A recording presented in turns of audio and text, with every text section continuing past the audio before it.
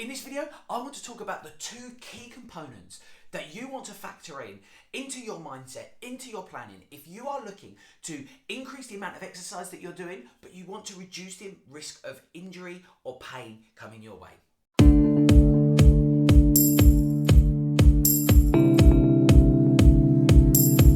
Thanks for checking out the channel. My name's John here at John W Sports Injury, and here what we're looking to do is help you understand your body in order to reduce any pain or injuries that you may be suffering with in order to ultimately be achieving your exercise goals. So if you think that sounds like that's going to be helpful for you, make sure you hit that subscribe button, then hit the bell notification, because that will allow me to keep you updated on more videos just like this one. So at the time of recording this video, it's a brand new year. We're at the start of 2022. And it's absolutely fantastic because it's a time when we really look to set our exercise goals for the year ahead. And I tend to be seeing lots more people exercising.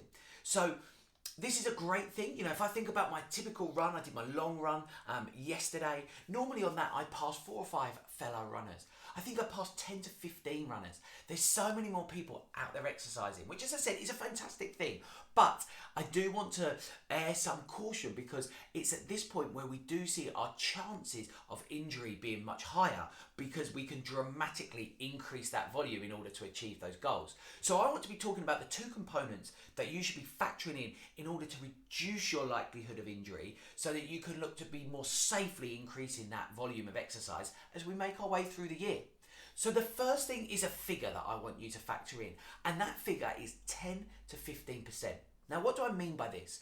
Well, this is the the maximum volume that we should be increasing our weekly exercise by. So let me break that down a little bit. Let's take running first of all.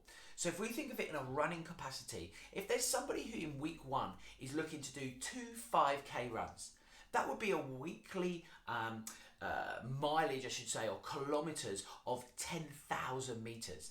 So that we know in week 2, we can only really look to increase that by 1,000 to 1,500 meters.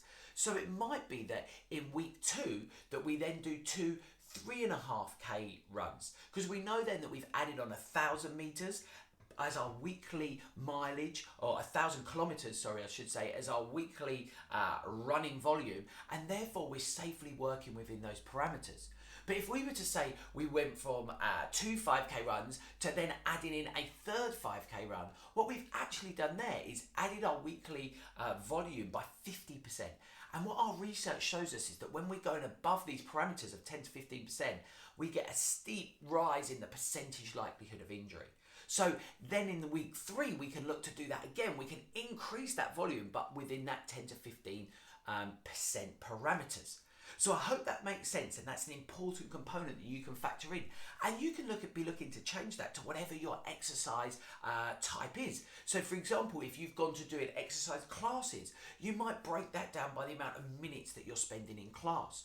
So again, if we're looking to do 2-hour sessions, for example, we go to 2-hour classes, we know that we've done 120 minutes. So we know really that we only want to be then increasing that by around the kind of 12 minutes to 18, 20 minutes at maximum to stick within that 10-15%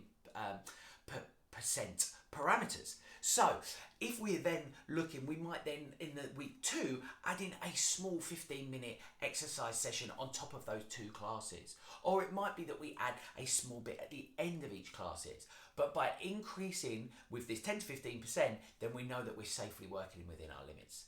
I hope that concept makes sense. If you think that that's going to be helpful for you, drop me a comment below. Or if you have any questions around that, drop me a comment as well, and I'll make sure that I come back to it. But what's the second component? Well, the second component I want to talk about as we look to safely increase our exercise volume is rest days. Now, rest days can be a dreaded word, particularly when we've got all the vim and vigour and we're ready to be getting going into new exercise sessions. But why do I think rest days are important? Well, there's 2 reasons why I think rest days have a huge benefit for you.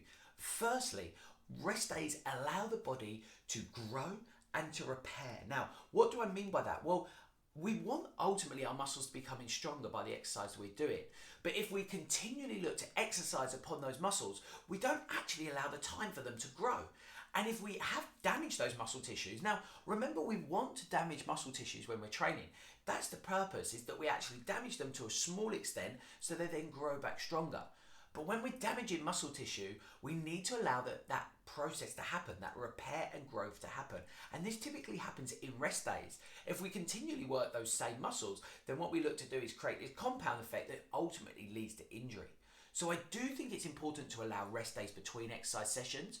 It may be that you're modifying the exercise that you're doing, but what I would be making sure that if we do a heavy session, for example, if we go to the gym and we really work our legs, we need to be giving those legs a rest day for those growth and repair to happen. It also allows us to prevent or see any problems, even if they're small problems, before they become bigger problems. So for example, if we go out for a run, and we went for a run on the Monday, a run on the Tuesday, a run on the Wednesday, and then we developed some sort of pain or injury on the Thursday, it's very difficult for us to understand where that happened. Where was those issues happening? Was it our run on Monday that actually caused us the problem and there was something about that run that was the problem, or was it the run on the Wednesday? Whereas if we allow those rest days to happen and we had a rest day on that Tuesday and we developed that problem on the Tuesday, we know that something we did about the run or our habits around that run on the Monday may have been a big contributor to that problem on the Tuesday. Whereas if we did the Monday, Tuesday, Wednesday, it's very difficult for us to ascertain. So I hope that's helpful. If you're somebody who is looking to increase your exercise volume, that's great. I want you to be doing this, but I want you to be able to do this knowing that you're doing this backed by the scientific research that you can be safely increasing that volume without dramatically increasing your risk of injury. So remember, in summary, the two key components, 10 to 15%, that's how much we want to increase our weekly volume by compared to the previous week. And secondly, make sure you're factoring in rest days. They could be active rest days or a different type of exercise that isn't so strenuous, but make sure you're allowing those rest days to happen. I hope you found that helpful. If you have, then please drop me a comment. Let me know if that's been helpful for you or if that's some new information that you weren't aware of. And if you find this to be helpful, the biggest thing you can do for me, guys, is smash that like button, because that helps others to see this video and to let me know that this is the type of content that you want.